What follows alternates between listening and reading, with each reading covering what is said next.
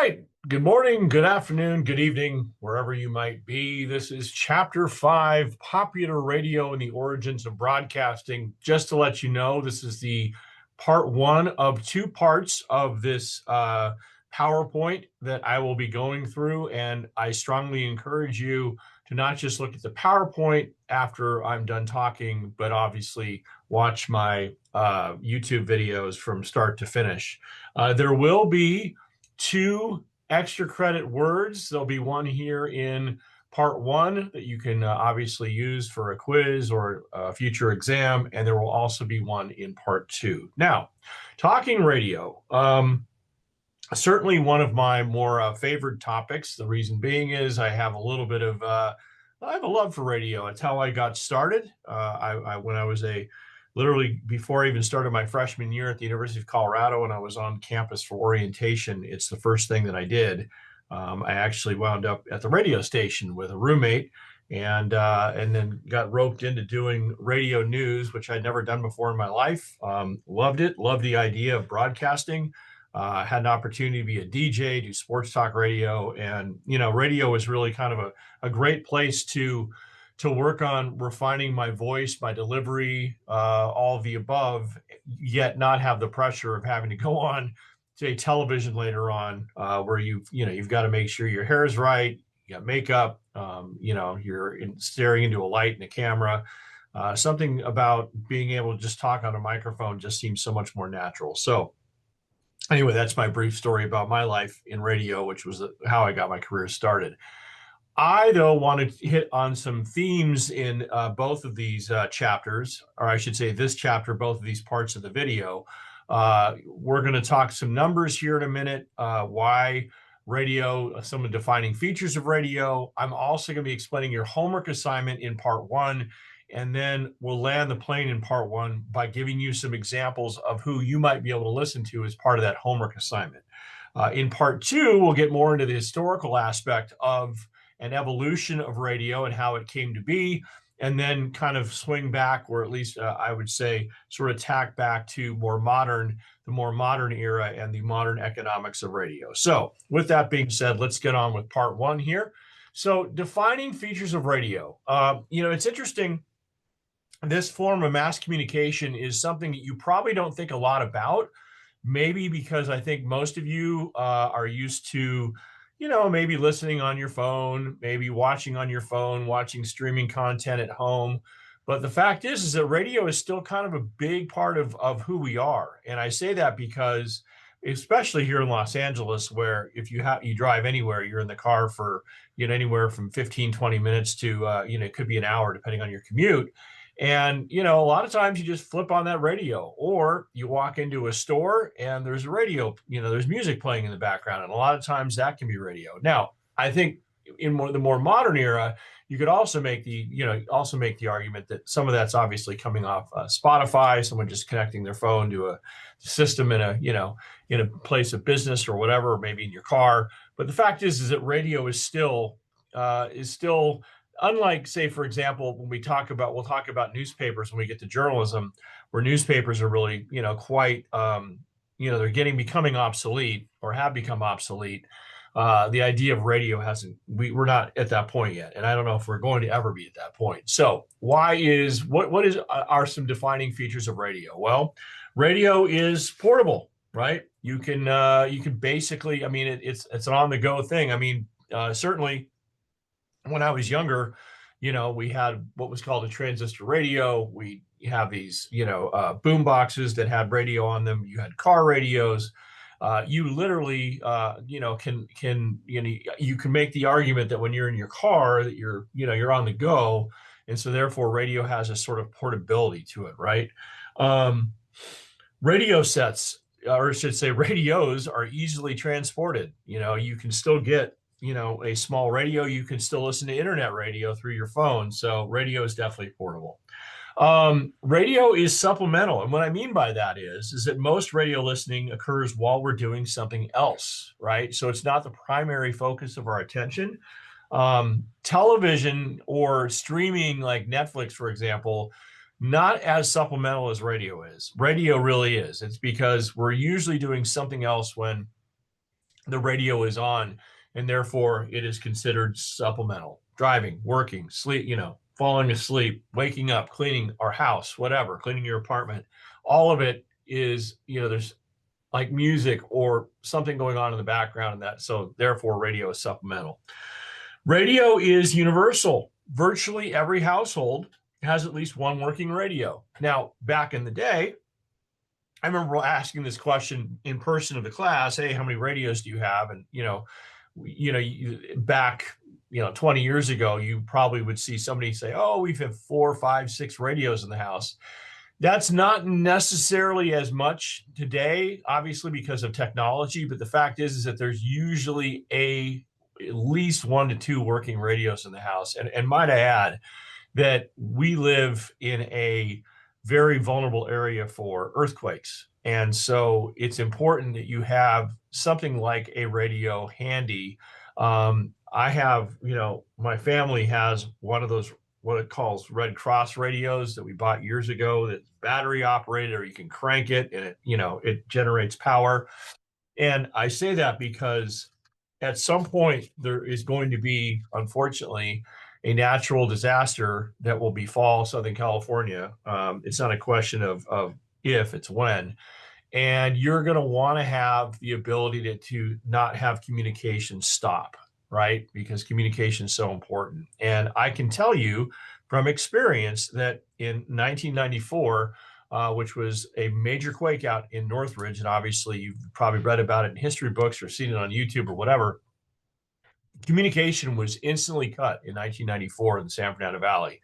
And the only thing that I could really, the only thing that could make me understand what happened, or at least have an idea of where the epicenter was and if there was any damage and death and all that and whatnot, was to literally sit in my car and turn on my car radio, because I didn't have a radio in the place that I was, that when the earthquake happened. So it was a critical need. Radio is selective.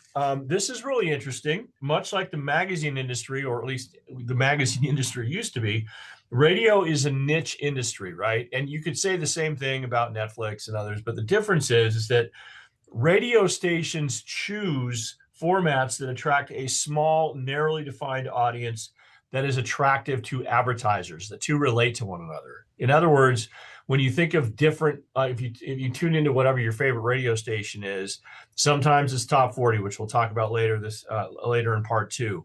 Sometimes it's alternative music. Sometimes it's news talk. Sometimes it's country. Sometimes it's religious in nature. Sometimes it's sports, right? But the fact is that if you're tuning into those specific arenas, those specific genres, generally speaking, then the folks that run those radio stations or run those companies that have those radio stations will often then seek out advertisers to match up to whatever your particular interest is. So we'll talk a lot about advertising a little bit later, but the fact is that that's why radio is selective. So in other words, you don't need a gargantuan audience like you do on television to keep something going. If you create a type of show where advertisers are eager to be a part of because they know they have an engaged audience, that's critical. So that's why radio is selective, and it's also an attractive medium to advertisers. In fact, if a broadcaster can find a formula that attracts just 2 to 3% of the audience, odds are that station will turn a profit. That's in radio, not necessarily television. All right. So number of commercial stations in the United States from 1952 to 2020. And you can see there's been a tremendous amount of growth. If you start in 1943, and that last number is 2020.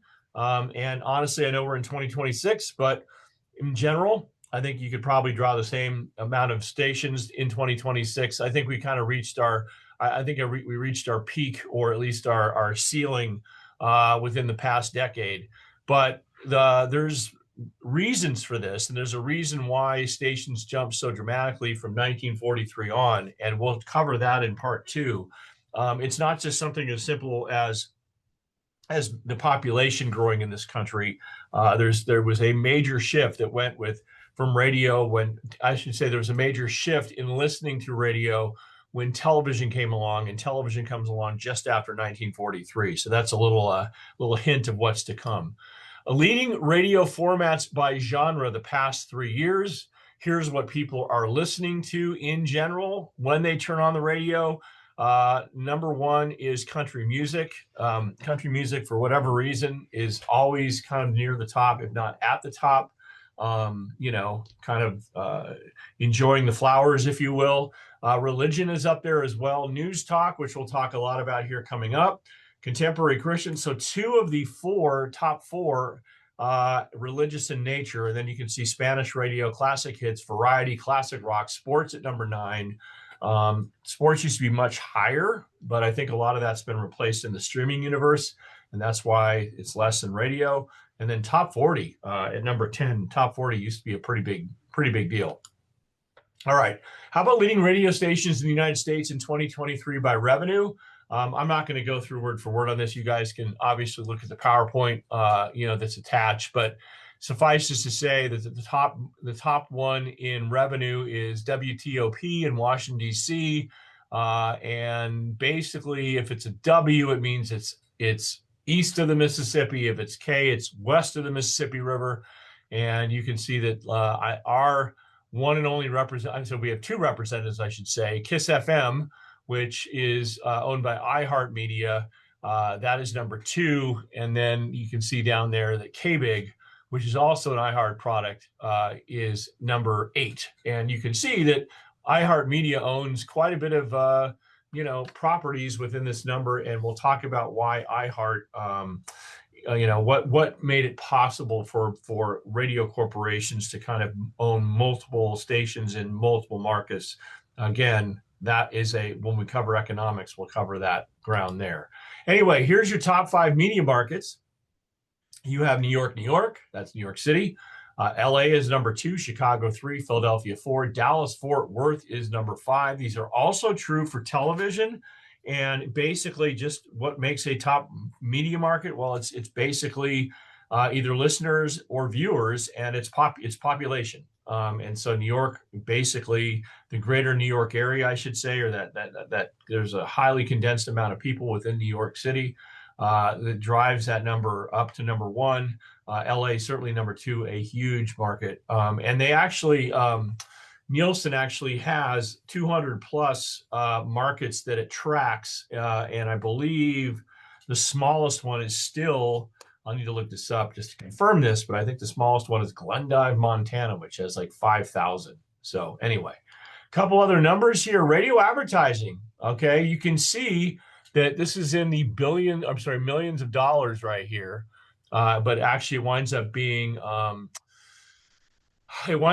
billion if you do the math. But in any event, it's you can see that from 2000 to 2000 projected out to 2 years ago. So I've been trying to find more modern information here, but we're pretty close. But you can see that advertising is tailed off a little bit. Certainly, it was very healthy up until about 2007, and then that's where in 2008 we hit an economic slowdown, which had a profound effect upon a lot of media industries, including radio. Television was also hit very hard, and it never has gotten back up to where it was prior to 2008.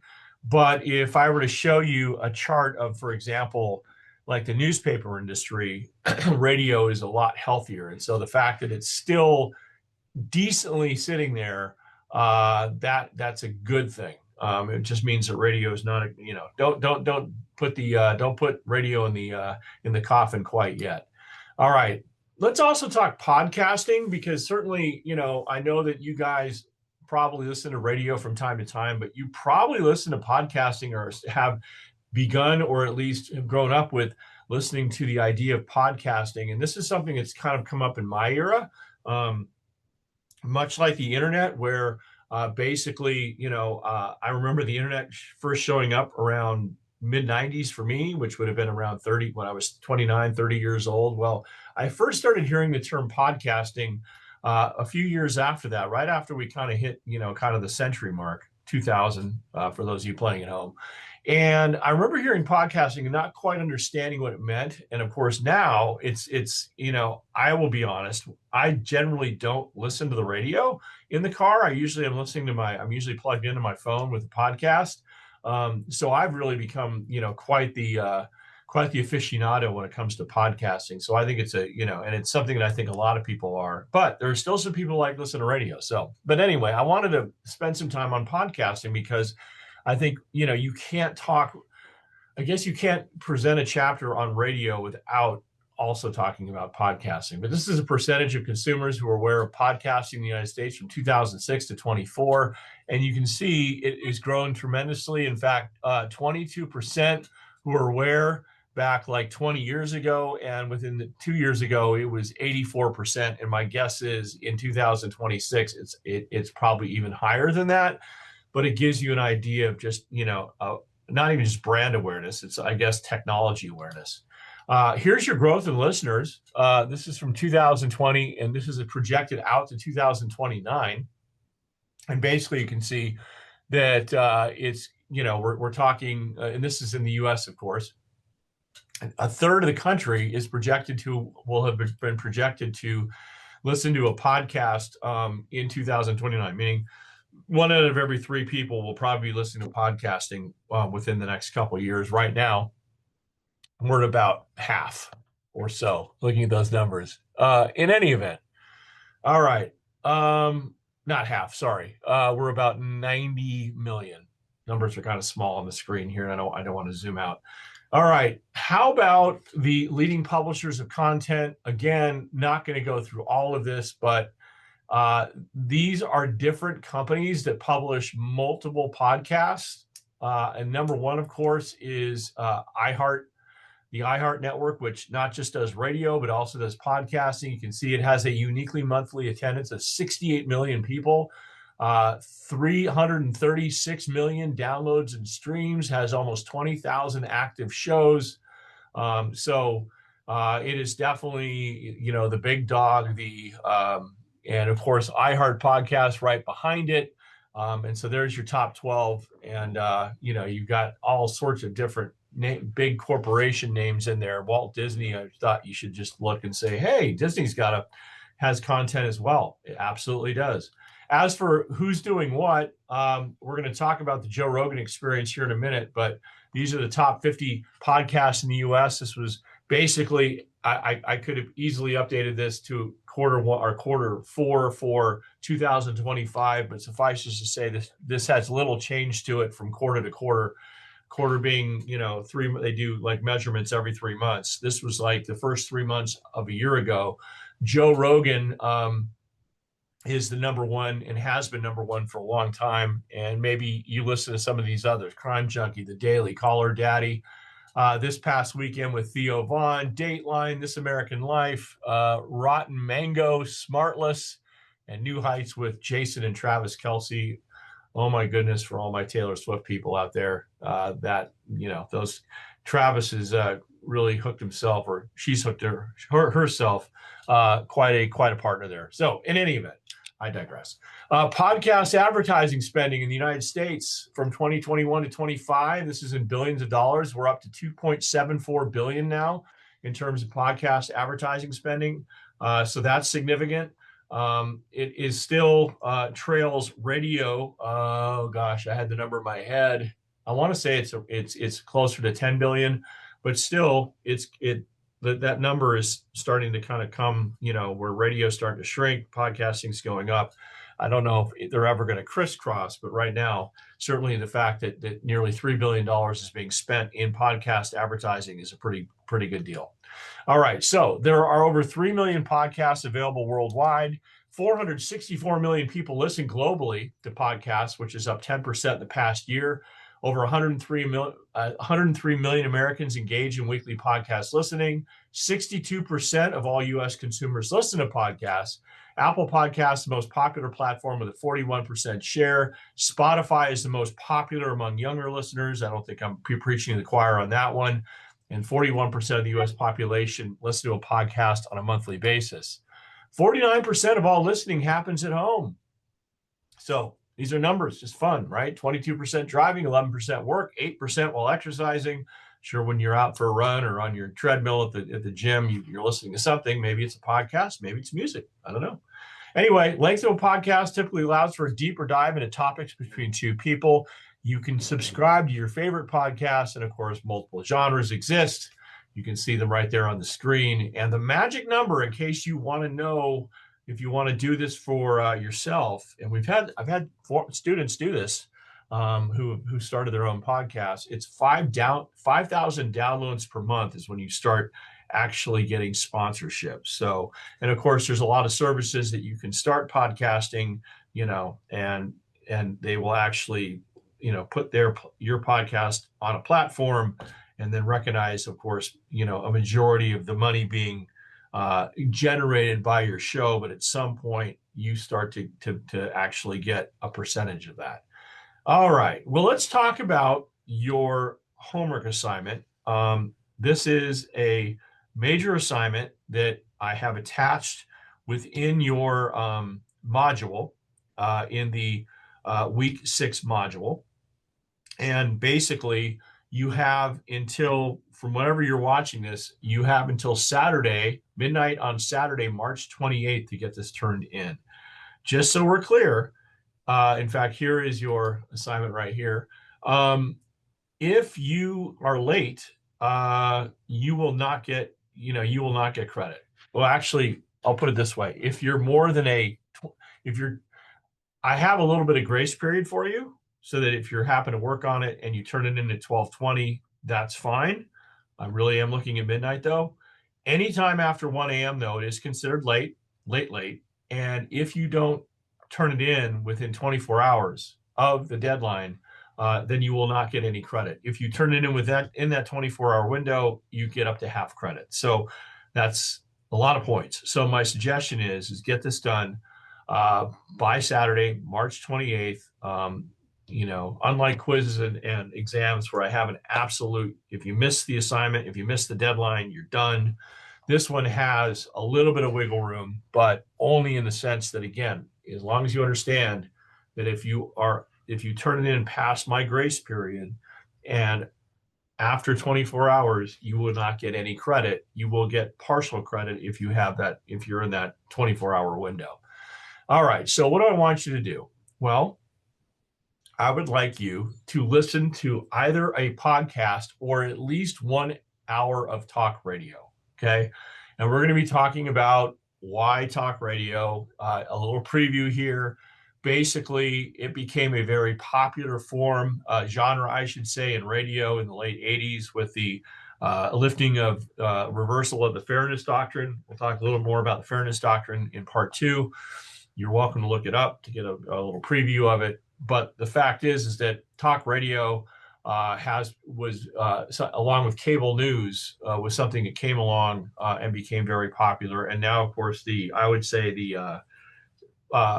talk radio, news talk radio, has really kind of entered the realm of podcasting. And so that's why now you have a choice of doing either.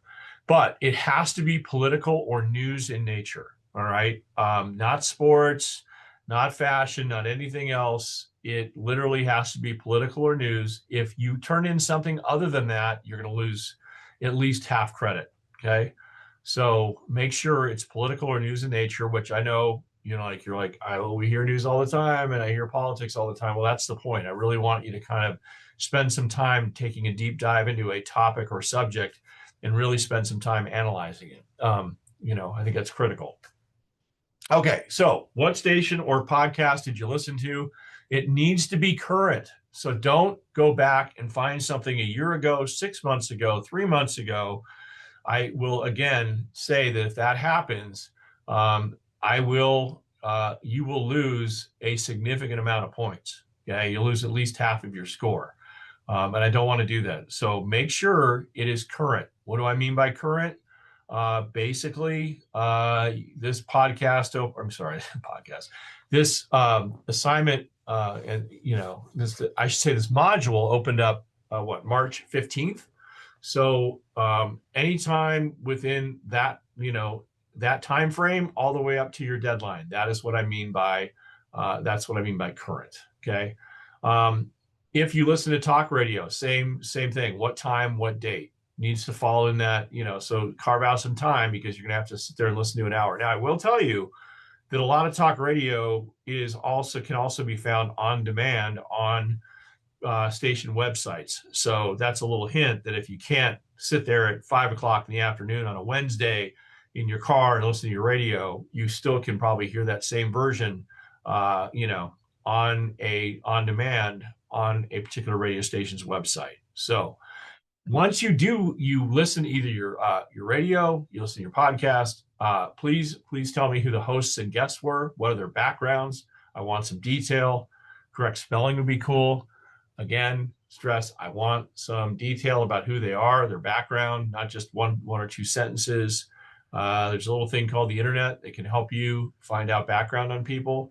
Describe the conversation, use specifics. Tell me if you agree and disagree and why. So I want you to listen and tell me all about what you're listening to. What did they say?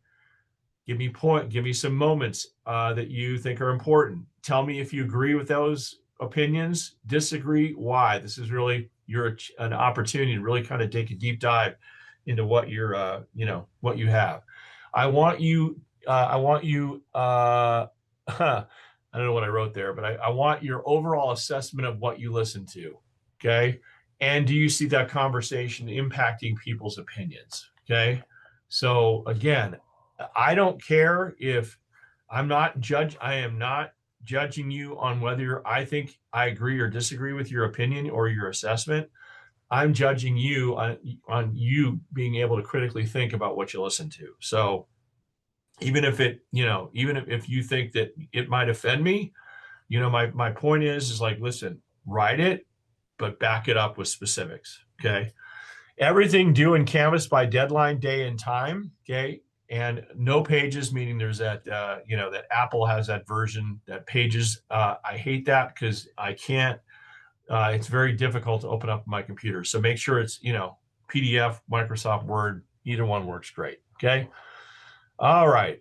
Before I get to some examples of who you might want to listen to, or at least give you some inspiration, I want to go over the idea of right wing versus left wing, liberal versus conservative, right? You hear this all the time. There seems to be in our echo chambers these days, as we've learned in social media, people seem to be on opposite sides of the fence on everything. I mean, everything. And usually you'll hear, well, you're just a left winger. Oh, you're just a right winger. You're just a communist. Oh, you're just a Nazi, whatever, right? I mean, we're throwing out these generic terms, these historic terms that probably don't have a basis in reality. But in any event, what I want you to do is understand, I want you to pick a podcast or a show on talk radio, political talk show on talk radio that basically has a point of view. And I think this is why this industry has become so big, is because I think, basically based on how we feel, we kind of have a tendency to run to our echo chamber, and that can be on social media, that can be listening to a talk show person on radio or a podcast. And what I want you to do is challenge yourself based on your worldview. I would love it if you would listen to someone that you don't necessarily agree with. And I want you to analyze that based on the questions that I've given you in the assignment. So to help you understand where maybe you fall in the quote unquote political or ideological universe, I found this helpful little chart called right wing versus left wing. Now, is this like 100%, how people feel on either side of the aisle? I mean, this is in general how this kind of shakes out, but people will debate this too, I suppose. But in any event, if you're right wing, this is your general traits. You value tradition, cultural stability, right? So you don't like change. Prefer smaller government, less regulation. You believe in someone that emphasizes personal responsibility and free markets. Okay, right? So it's on you, and you believe in the idea of a free market, which is capitalism. Strong focus on law, order, and national defense. So think about how that applies right now with what's happening in, with our immigration, Minneapolis, for example. Skeptical of rapid change. And if you're right wing, you generally believe in lower taxes and limited welfare programs, right? So you want to limit the amount of money that people rely on the government for. Okay. Now, as far as left wing, which is more obviously progressive slash liberal, so right wing would be conservative, left wing would be progressive and liberal. You hear these terms. Left wing, someone who's progressive or liberal, generally values social change and progress, supports larger government role in the economy and welfare. So much, basically supports much larger government. There have been many people out there who say, well, they embrace communism, they embrace socialism, right? You generally won't see that on the right, but you do see folks saying that on the left.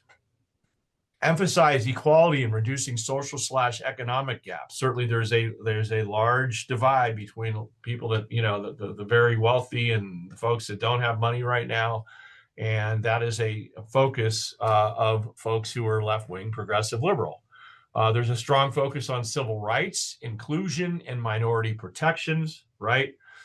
They're also open to reform and cultural shifts, and believe in higher taxes on the wealthy to fund public programs. So that's what a liberal slash progressive believes versus what a conservative believes. I will tell you, I generally don't try to offer my opinion too often here because I think you should think for yourself.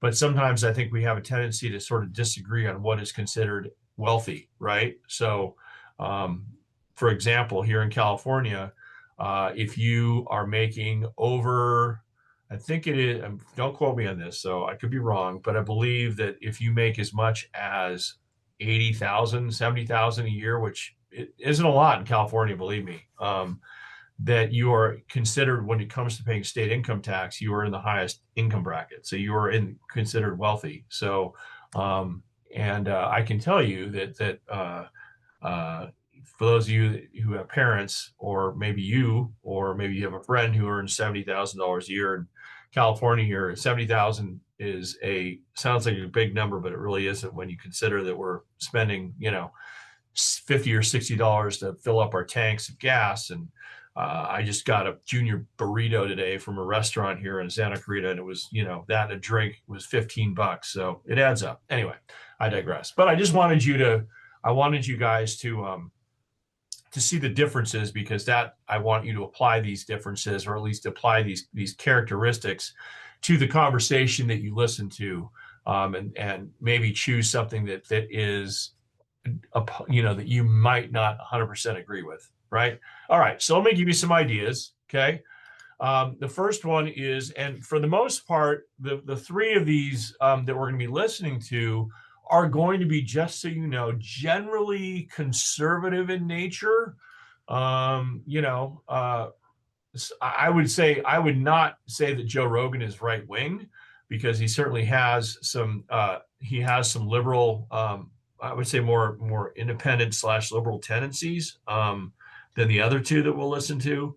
But certainly Joe Rogan is number one. And of course, I already highlighted that with that chart earlier in this lecture. And he is also, by the way, our part one extra credit answer, Joe Rogan. All right. So Joe Rogan, former actor, comedian, still a comedian, by the way. He's a UFC commentator. So for all my UFC fans, you remember Joe. His show launched in 2009. He's got a blue collar upbringing, so he was not born into wealth. His show, not always political in nature, but has gotten more political in nature over time. Certainly since Trump took office, I think he's definitely, and COVID prior to that, I think he's spent more time kind of talking political stuff in nature. He signed a $100 million deal with Spotify, and so his show is on Spotify. He supports gay rights, gay marriage, recreational drug use, universal health care. Some of these things, obviously, some right wingers are somewhat opposed to. So that's what I say. He's kind of it depends on the issue for him. But he was targeted for conversations with anti-vax and vax hesitancy guest during the COVID era. If you want to look back, an interesting point of his, he had a big controversy over ivermectin. I know I'm saying that wrong. He was taking a medication that was also acute, was also associated with horses, and CNN kind of mocked him for it. And then it turned out later that the drug he was taking was something that was actually did work with COVID and was widely adopted, later on. Anyway, I want to play Joe Rogan for you. And at the time of this recording, this is, we've been really headlong into the Minneapolis, shootings, plural. And this is Joe Rogan's, I think, conversation about it with a guest. And again, I don't know where you stand on the whole thing, and I'm not trying to sway your opinion one way or the other here.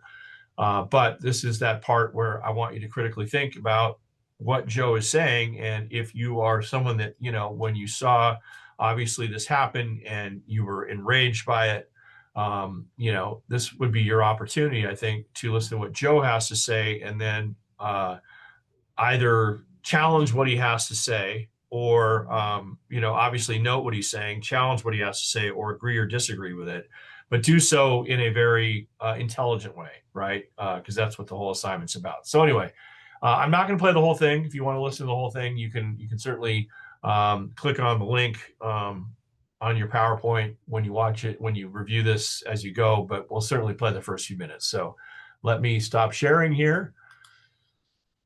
And let us get to Joe Rogan, which is going to be right here. That's actually Ben Shapiro, but let me go to Joe, and here he is.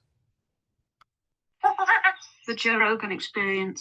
I'm glad you're a gun guy, because I wanted to bring up this whole thing with this guy, Preddy. Yeah. And I haven't talked about it. We haven't done a podcast since the guy got killed. But that whole thing, there's a lot of people that don't understand what's going on, and why riots only in Minneapolis, and why riots in the place where there's an ungodly amount of fraud that has been discovered. Coincidentally, right around the same time. Exactly. Like instantaneously afterwards, the narrative completely changes. Everybody forgets about the fraud. Now all anybody cares about is ICE and fascists and Nazis. Yeah. And it's there's a, what a color revolution is, of course. And for people that don't, it's a coordinated effort to cause chaos. And this is a very coordinated thing. The idea that this is an organic protest, these riots are organic, is nonsense. It's provably nonsense, because now they have access to the Signal chats, so they know that these people. Cam Higby, by the way, he's been on the front lines of this. The Crucible has been a big supporter of that effort. My channel. I will often snipe his coverage while it's going on, send my audience over to send in super chats in order to keep this guy going. I think that work is critical. Yes. It's critical work. And there's not that many people doing it anymore because of how dangerous it has become. Yes. And so I'm a big supporter of that. Doesn't mean I agree with everything he says politically, but what he's doing on the ground there needs to happen. Right. You need to understand that this isn't organic, regardless of how you feel. I don't feel that guy should have been shot, but I understand what happened. And what happened was chaos. So first of all, it wasn't ICE. People need to understand that. It was Customs Border Patrol people. So they were brought in to assist ICE. And they're telling this lady to stand away. And then this cop gets very aggressive and shoves her. You have to understand the situation that they're in, right? And this is not making an excuse for any of it. But you have to just to put it into context. These people are getting harassed outside of any hotel they're at. People blow horns. They try to smash into the hotel. They dox them. That's why they're wearing masks. It's a coordinated effort. I'm not saying that guy should have shoved that guy. I don't think he should have. Or that woman. I don't think he should have. And then pepper sprayed. And then the guy who got shot, Preddy, he steps in, which is, if you know anything about concealed carry, if you are a concealed carry holder and you are carrying not just a pistol, but 2 full magazines as well, you do not ever physically engage with someone. You also are supposed to carry your license on you, and you're supposed to have ID on you. All right, and you're trained specifically for this, by the way. I was a CPL instructor for years. Okay, and you know about it. The thing is, there's a framework here. If you don't mind if I add to your framework. The framework here is this is a mathematical formula. So I've been following these extremely closely live and looking at how this is done. Let's go backwards in time. You remember what was going on in California. Nobody died in California. There was an ICE raid on a Home Depot, and they went nuts. And they started smashing police cars. They were starting fires, right? This was not over somebody dying. And now the narrative, they're trying to make the narrative shift. The Gestapo's in here, murdering American citizens. Well, and what was going on in California then? Because there was no American citizens getting murdered there. What was going on there was they did an ICE raid on a Home Depot, which anybody who's been to California knows that, it used to be that you drive down the street and they would all hang out in front of the Home Depot and you'd say 2. Right. And they'd hop in the truck and you would, they would go, they were day laborers, right? So it didn't surprise me that they were there doing daily raids. Okay, that doesn't surprise me a bit. And they all went ballistic. Now, here's what was very curious about the coverage of that. I had a debate with a couple of leftists on this. What I saw was what looked to me to be a police stand-down order. There was people who were breaking into, I don't remember if it was an Amco or a 7-Eleven, but they were busting into it. And the cops were on the side corner watching this go down and do anything.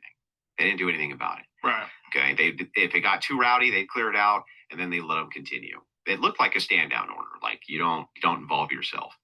Well, what I think these guys have figured out is a mathematical formula, and it works like this.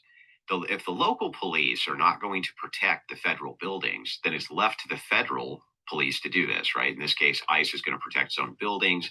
The FBI is going to protect its own buildings. If the local police aren't going to protect it and it's surrounded, then who does the protection then? And this is why Trump, he unleashes the National Guard, but where? To those federal buildings, to protect those federal buildings. That was the whole point of it. That's where, and basically anytime he's unleashed the National Guard that I've seen, it's to federal buildings to protect them. And so the mathematical formula works like this.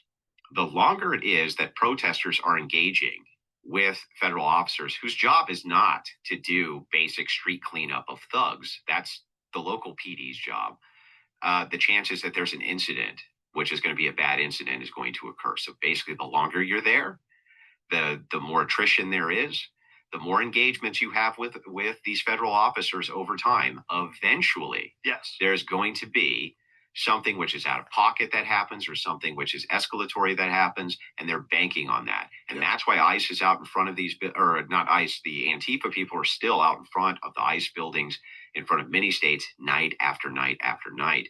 And it's designed specifically to make sure it's just a math formula, right? The longer we're here and the less the local PD involves itself, the more chance of incident between federal officers and us. You're knocking steel against flint. Yeah. Yeah. You're waiting for the fire. You're waiting for sparks. Mm-hmm.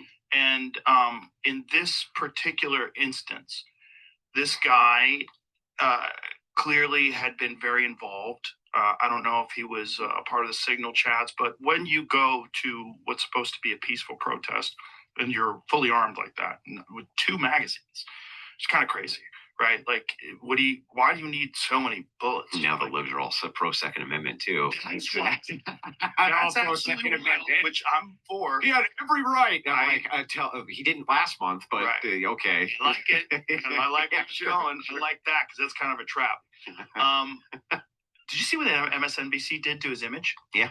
Where they gussied it up? The opposite of what CNN did to me. CNN during the COVID times turned me green, and they made me ugly and look like I was dying, and they made him handsome. Yeah. So people would be more sympathetic to him getting shot, which is kind of wild. Like, are ugly people less valuable to MSNBC? Less marketable? That is crazy to me. Like, look at the difference. Yeah. Look at the difference. They shortened up his face. They gave him a little bit of a tan. They widened his face a little bit, it seems like. They just made him a little handsomer.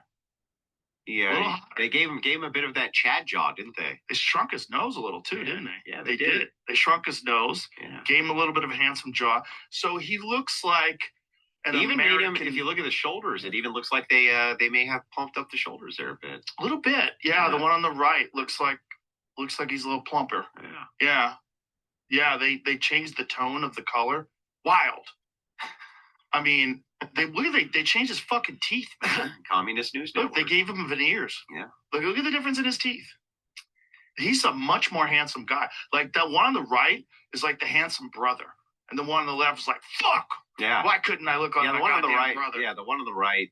They were twins, and he took more of the protein. Right. Right. That was what happened. The thing is like this doesn't surprise me. By the way, this is what's going on, and this is a well orchestrated, well crafted thing. Yeah. And the signal chats prove that, but we knew it anyway. Yes. Just involving government, by the way. Yes. Allegedly, at least, involving Minnesota state government. Well, it involves Waltz. Yes. So that's not alleged. Right. That's not alleged. It's not alleged that it involves Waltz. It's not alleged that it involves Frey. Right. And it's not alleged. Well, what is alleged is the allegations of fraud, of course. But there would be a reason why you would want to distract from all that fraud. Sure. And that would motivate you to do something along these lines. I know that there was probably some things in there. If particularly you were upset by the shooting that happened in Minneapolis, that you probably don't agree with Rogan on and his guest. By the way, his guest is Andrew Wilson. I should have set that up. And he has his own show. He's a show of the host called The Crucible, and operates the Debate University online school. Anyway, his show, The Crucible, focused on debates and intellectual discussions. So obviously, he obviously both very well-spoken individuals, whether you agree or disagree with what they're actually saying. They clearly have a command of the mic, and lots of newsworthy things that were brought up in the conversation that I think would be worth investigating to see if there's more to it. So in any event, that's Joe Rogan. The next one is Megyn Kelly, another conservative podcaster. She is a journalist, although I would probably put her more in the camp of now commentator. The thing is hard to sort of discern these days is who's quote unquote a journalist versus a commentator. And so, for example, if you look at, I don't know, take Fox News, for example, because I think that's everyone's favorite, who's obviously points to conservative information. Brett Baer, who anchors their the 6 o'clock Eastern time, 3 o'clock our time newscast, he would be considered a journalist / news anchor, whereas a Sean Hannity, Jesse Waters, Greg Gutfeld would be more considered commentator, where they can actually really kind of lean into their opinion. Same thing can be said, for example, like a Rachel Maddow, at MSNBC or MS Now as it's called, or who else? Anyway, number of folks on CNN. I'm just blanking on their names at the moment. Anyway, she's also a former attorney. She's been a political commentator for a long time. She worked formerly at the Fox News Channel. She worked at NBC. She actually went into the podcast space and launched her show in 2020, and she's now doing very well at it. And she identifies herself as an independent, but if you listen to her, she clearly has been more pro-Trump, pro-Republican. That's kind of how she rolls. So anyway, this is her take on the Minneapolis shooting, because when I was searching for these things, this is what was going on. And they're actually talking about the legal ramifications of the Minnesota shooting. So here is Megyn Kelly again. Don't need to go through the whole thing, but I'll give you a little snippet of what she looks like, sounds like, and what the conversation's about. So let me share again, and we are back to our browser, and here is Megyn Kelly. She is the one obviously on the left. Yes, Andrew. Real Clear Politics saying that in their 25 years, as an entity, they have never seen an example where the New York Times, the Wall Street Journal, the New York Post, and the Washington Post all agreed in their top editorial, which was to call on ICE to settle down and to potentially de-escalate in Minnesota. I don't happen to agree with that. I know, according to the polls, I'm in the minority, but it is events like what happened with Alex Preddy that have led to that. And so your position that this was what? I mean, I don't want to put words in your mouth, that it was a valid shooting, that it was a, quote, good shooting. How would you put it? And it was legally justified use of defensive force. I mean, whether ICE should de-escalate, that's a political question, right? That's not my area of expertise. But whether this particular shooting was justified or not, the legal question is, did the officers who fired the shot have a reasonable perception that Preddy was presenting as an imminent, unlawful threat of deadly force harm? And a prosecutor would have to disprove that beyond any reasonable doubt. And what facts do we have here? We have the ICE officers observing Preddy committing a violent felony on another ICE officer. He's non-compliant with arrest. what specifically? Well, when he lays hands on the first ICE officer, that's a federal felony. That's good for 8 years in federal prison. He doesn't have to cause injury. He just has to make contact, and it's an 8-year federal felony. So he's just committed a violent, forcible felony on an ICE officer. They go to make his arrest. He's not compliant. They hear shouts of gun, gun, gun. Then the non-compliant Preddy brings his hand into view with an object in his hand. That's going to get you shot in that kind of tumultuous, chaotic fracas about 99 times out of 100. Because the officers, keep in mind, they don't have to be correct in their perception of a threat. They have to have a reasonable perception. That doesn't mean correct. That doesn't mean optimal. That doesn't mean best case. It means reasoned. They were applying their powers of reason to the things they were seeing presented to them in the totality of the circumstances. They're not required to make perfect decisions in self-defense. They're required to make reasonable decisions in self-defense.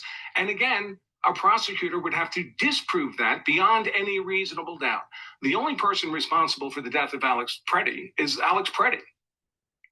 Is adding chicken broth to dog Sorry, food guys. actually dangerous? That came up quick. You feed your dogs. There we go. I used to think that Dave, do you agree with Andrew's statement of the law? I know you disagree with the application of it, but the statement of the law, does he have it right?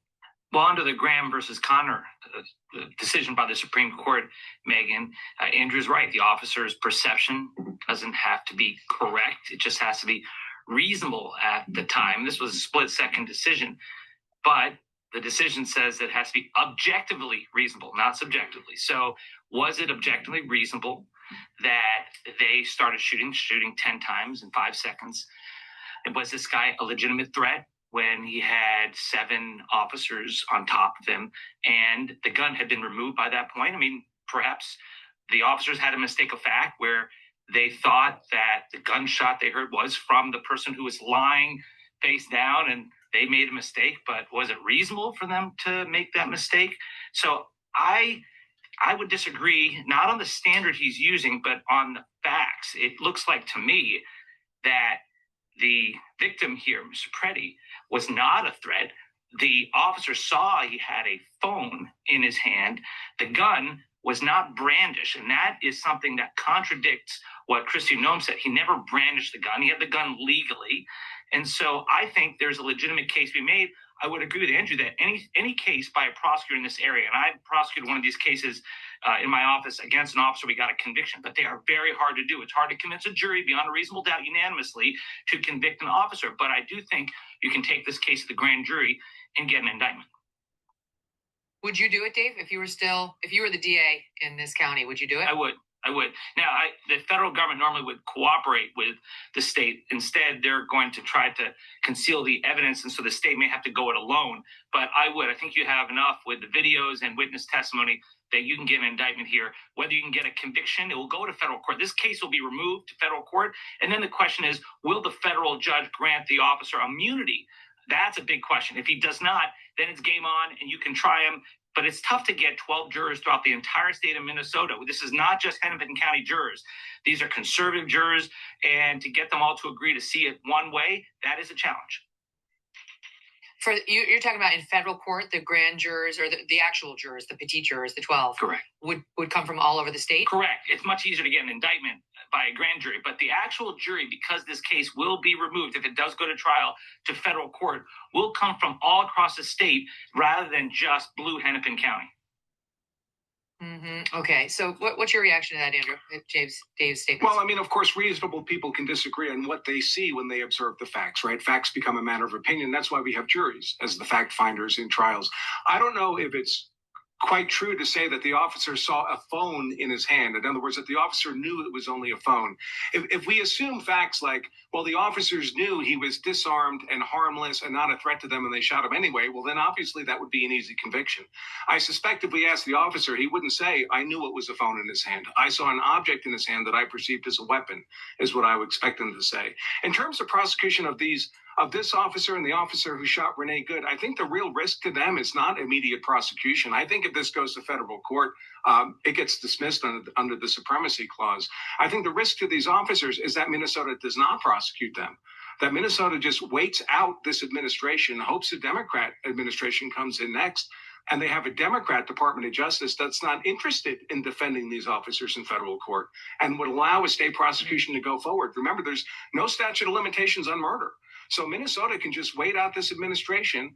If whoever the next one is, if President Tim Walz is elected to the White House next time and has his own Department of Justice, he could just tell them, listen, I don't want you to try to get this case dismissed in federal court. I want the state prosecution to go forward.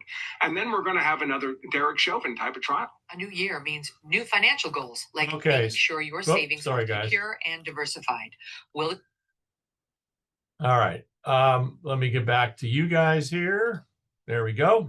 All right. So that is Megyn Kelly. And I'm going to share with you the next one. We're going to tack away a little bit. Interesting conversation, by the way. That was with Megyn Kelly and her two guests. One thing that we did learn after that conversation was that Alex was at another. There was another series of videos of a thing a week prior to that where he had actually aggressively gone after ICE agents and was also carrying that same gun. And there's video pretty clear as day of it being in his waistband. And so that might be, if there was prosecution, for example, a prosecuting person might be able to exploit that in terms of, and how it applies to the previous, the actual shooting itself. So in any event, listen, I'm not a lawyer. I just wanted to present to you,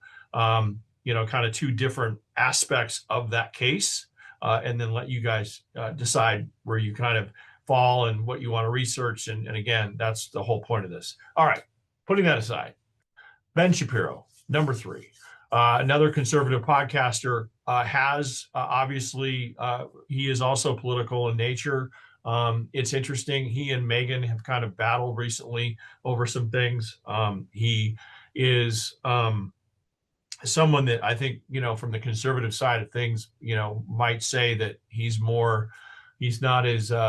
doesn't go after red meat as much. He's more, I don't want to say conservative light, but he definitely doesn't have some of the fervency that some other podcasters have on that side of the aisle. But in any event, I wanted to have something that might have apply to you. Not to say that the previous subject didn't either, but this one's a little bit different. He was actually wondering, should Gen Z go to college? And so again, his background, before we get to that, he was a syndicated columnist by the age of 17. He is the editor-in-chief of the Daily Wire, which is a conservative publication that you can find on social media and obviously the web. He's a critic of the alt-right. He's pro-life. He was very vocal in arguing that Facebook at one point was targeting conservatives.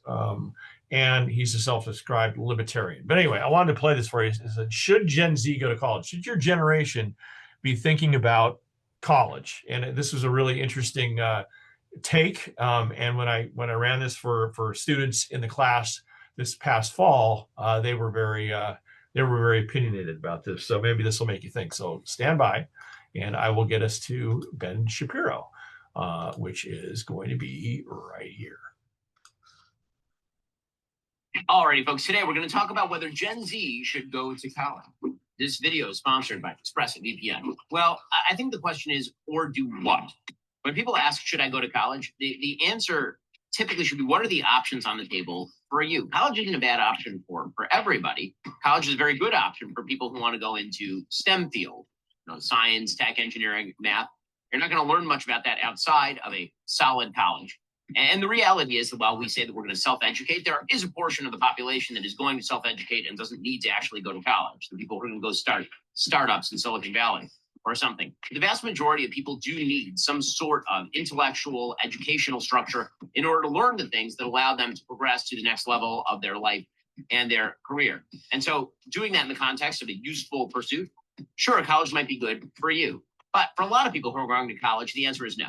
You're racking up hundreds of thousands of dollars in debt in order to get a major in sociology or in education that theoretically you could just get that education elsewhere or go into the workforce. And the way that college has evolved over the course of time in the United States is quite fascinating. It used to be that colleges were there not only for the inculcation of job skills, but to make you a good citizen. If you go back and look at the original statement from, say, King's College, which became Columbia University, it literally said that the goal was to inculcate beliefs in citizenship and religion alongside a secular education so that you could actually become a good citizen and part of your community. We got rid of that in the early 20th century and we moved toward the job model, which was you don't need sort of a general education. What you really need more is the education for an actual job. And by the mid 20th century, that certainly became the way that we thought about college. And then we moved beyond even that. And now college is basically someplace you go for 4 years to rack up debt, drink, and sleep around. And now we've actually moved beyond that, where you don't even go there to drink and sleep around. You go there to watch porn alone in your dorm room. That seems not like a wonderful progression for college. So the question is, what are you going to do instead? Well, there used to be these things called apprenticeships in the United States. And for many people who are not actually going to college, they went into an apprenticeship at a firm. You want to be a lawyer, you became a law apprentice. You wanted to become a blacksmith, became a blacksmith apprentice. Well, there's no reason why we shouldn't take high IQ high schoolers and put them in apprenticeship situations. They'll probably learn more that way than they will in a lot of these college courses. I have an objection, then, if I may. Okay. The Trump administration is cracking down like crazy on schools across the country. And there's a reasonable argument that things might change. Are universities all, fated to be liberal forever and be useless forever? Or is there an argument that things can really change? Well, I think that the university's political orientation is less the problem than their orientation toward the job market in general. And I think that the use of universities to inculcate civic virtue, that's gone for a long time. I don't see that coming back anytime in the near future. But thanks for stopping by. That was super weird. My pleasure. Free online services like Facebook and Google actually charge you by using your personal data. They track your behavior. Stand by while I to advertisers. Claim your so don't take worldwide. Find out how you can get income trajectories for people who go to college versus people who do not go to college. The problem is that there are a bunch of confounding factors there. Like, for example, what is the intelligence level of people going to college versus people who don't go to college? Is that a confound? Like, statistically speaking, is it fair to say that people who get into a college are higher scoring than people who don't get into college? And the answer there typically is yes. That doesn't mean people who don't go to college are stupid. It doesn't mean people who go to college are smart. It does mean that if those smart people, the guy with a 1600 SAT score, didn't go to college, would he still be successful in life? The answer is probably yes. And so you actually have two different statistical categories that are being conflated. You'll see people conflate all sorts of majors as though if you major in engineering, that is the same thing as majoring in sociology or lesbian dance theory. It absolutely is not. We treat all college degrees from all institutions as the same, which is why you end up with scam colleges popping up where people are paying hundreds of thousands of dollars to go to some college or university that earns you a degree that really doesn't pay off in the job market. There's been all sorts of serious problems with the sort of inflation of degrees and credentialing, which means that a bunch of jobs that didn't used to require a college degree now require a college degree. If you want to be a barista at Starbucks, you might need a college degree now because every other person you are facing down has a college degree. I do think we are entering an era where fewer people are going to go to college because I do think AI is going to mess with all of this. Most people are going to be their intelligence plus AI is going to be the final productivity of their work, which radically changes the equation. It used to be IQ plus education plus job training equals sort of outcome. And now it's going to be IQ plus AI plus job training equals the outcome because the AI is going to replace both part of IQ and also part of education. And so it's actually going to flatten the job market in some pretty incredible ways. You'll have people who really outperform, who come up with innovative new things, are able to use AI in innovative new ways.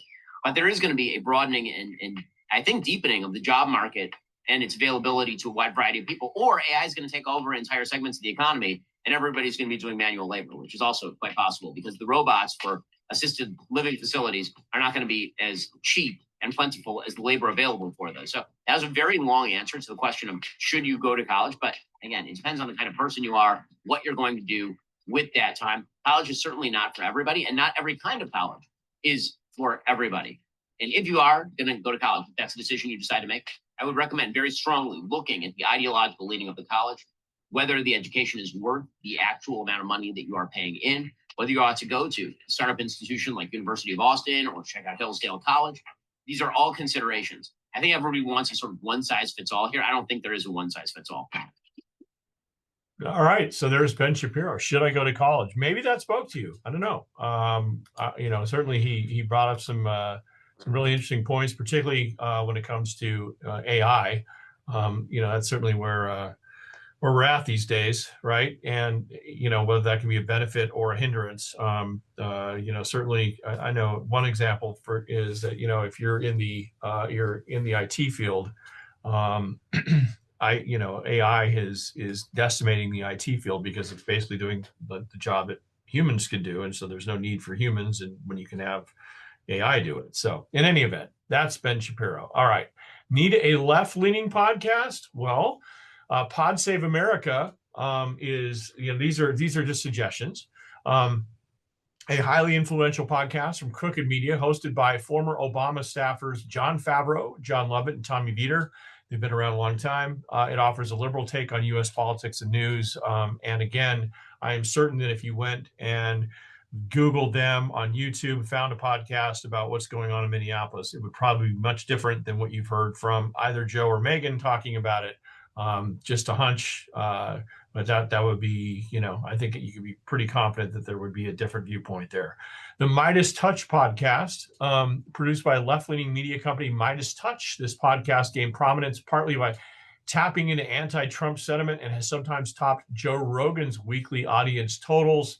Yes, but honestly, Joe Rogan's show really is still kind of the top dog, and that's not me trying to slam Midas Touch, but anybody that has been trying to knock off Rogan's podcast over the last several years it's been unsuccessful. You've also got the Ezra Klein Show, which is an interview style podcast in the New York Times, which features in-depth discussions on a wide range of topics, often with a progressive or center-left perspective. And then finally, Some More News, hosted by Cody Johnston. This show provides a weekly deep dive into a specific topic, offering a satirical and in-depth look from a leftist viewpoint. So you've got options, left or right. I would like you to reflect on what we talked about when it comes to your homework assignment and really figure out who you want to listen to. And again, I would challenge you to listen to someone that might not exactly be someone you agree with 100%, because I think that would make it far more interesting, and it would allow you to do far more analysis, research, and come up with a very cohesive essay that you can turn in through Canvas. All right, so that is the end of part one.